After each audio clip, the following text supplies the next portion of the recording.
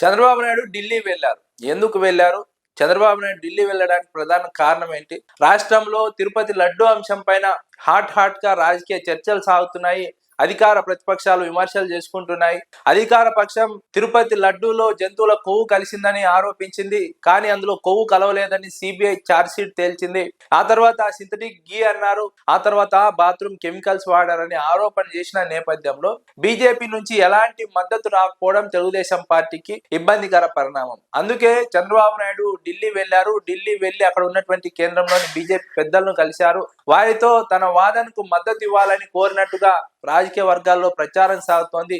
అందుకు బీజేపీ పెద్దలు మాత్రం ససేమిరా అన్నట్టుగా తెలుస్తోంది. కేవలం అప్పటికప్పుడు సరే అని పంపించినా సరే చంద్రబాబు నాయుడు వైఖరి విషయంలో, చంద్రబాబు నాయుడు చేస్తున్నటువంటి వాదన విషయంలో బీజేపీ పెద్దలు ఏకీభవించడం లేదు, మద్దతు ఇచ్చే ప్రసక్తి లేదని ఇప్పటికే రాజకీయ వర్గాల్లో జోరుగా ప్రచారం సాగుతోంది. తెలుగుదేశం పార్టీ వాదనకు మద్దతు ఇస్తే ఖచ్చితంగా బీజేపీ తెలుగుదేశం పార్టీ తవ్వుకున్నటువంటి గొయ్యిలో పడినట్టు అవుతుంది.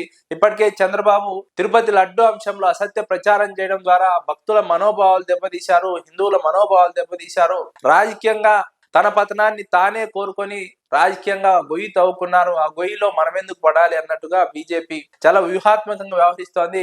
చంద్రబాబు వాదనకు మద్దతు ఇవ్వడం ద్వారా జగన్మోహన్ రెడ్డిని దెబ్బ కొట్టినట్టు అవుతుంది. జగన్మోహన్ రెడ్డి దెబ్బ కొట్టడం ద్వారా అది తెలుగుదేశం పార్టీకి ప్లస్ అవుతుంది, అది బీజేపీకి ఎలాంటి ప్లస్ అవ్వదు. జగన్మోహన్ రెడ్డిని అనవసరంగా ఇందులో ఇరికించడం ద్వారా బీజేపీకి వచ్చే ప్రయోజనం ఏమీ లేదు. జగన్మోహన్ రెడ్డిని అనవసరంగా ఇందులో తప్పు చేయకపోయినా ఇరికిస్తే అది బీజేపీకే నష్టమయ్యే అవకాశం ఉంటుంది, అది తెలుగుదేశం పార్టీకి లాభం జరిగే అవకాశం ఉంటుంది. కాబట్టి ఈ విషయంలో జాగ్రత్తగా వ్యవహరించాలి.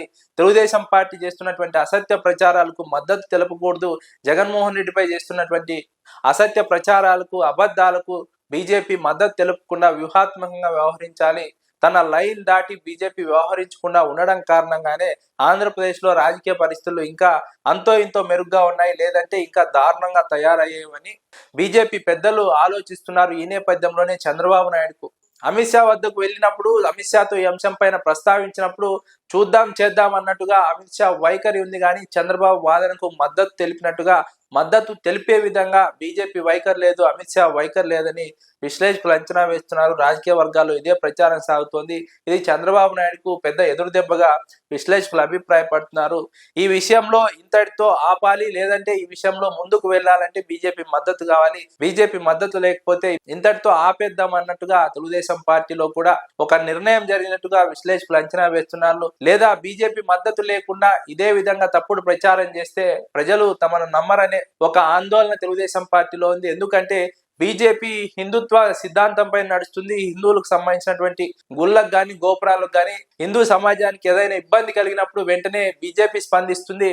కానీ తిరుపతి లడ్డు అంశంలో ఇంత తీవ్రమైనటువంటి ఆరోపణ తెలుగుదేశం పార్టీ చేసినప్పటికీ బీజేపీ స్పందించలేదంటే ప్రజలు కూడా ఆలోచిస్తారు. బీజేపీ స్పందన లేదంటే ఇందులో వాస్తవం లేదని ప్రజలు కూడా అర్థం చేసుకుంటారు. తెలుగుదేశం పార్టీ చేస్తున్నదంతా జగన్మోహన్ రెడ్డిపై అబద్ధపు ప్రచారము, అసత్య ప్రచారం అని ప్రజలు నమ్ముతున్నారు. కాబట్టి ఇంతటితో దీన్ని ఆపాలి. ఒకవేళ బీజేపీ మద్దతు ఇస్తే ముందుకు వెళ్దామన్న ఆలోచన తెలుగుదేశం పార్టీలో ఉంది. కానీ బీజేపీ నుంచి మాత్రం మద్దతు వచ్చే ప్రసక్తి లేదని విశ్లేషకులు అంచనా వేస్తున్నారు. ఈ అసత్య ప్రచారాన్ని, అబద్ధ ప్రచారానికి మద్దతు ఇవ్వడం ద్వారా జగన్మోహన్ రెడ్డి నష్టపోతారు, తెలుగుదేశం పార్టీ లాభపడుతుంది. దానివల్ల బీజేపీకి ఎలాంటి ఉపయోగం ఉండదు. చంద్రబాబు తప్పుడు ప్రచారానికి మద్దతు ఇచ్చి జగన్మోహన్ రెడ్డికి ఇబ్బంది పెట్టే పరిణామం మంచిది కాదని బీజేపీ కూడా ఆలోచన చేస్తోందని విశ్లేషకులు అంచనా వేస్తున్నారు. అందుకే చంద్రబాబు నాయుడు ఢిల్లీ పర్యటన విఫలమైంది. తెలుగుదేశం పార్టీలో అంతర్మతనం మొదలైంది. ఈ అంశాన్ని ఇంతటితో వదిలేద్దామన్న ఆలోచన తెలుగుదేశం పార్టీలో ఉన్నట్టుగా విశ్లేషకులు అంచనా వేస్తున్నారు.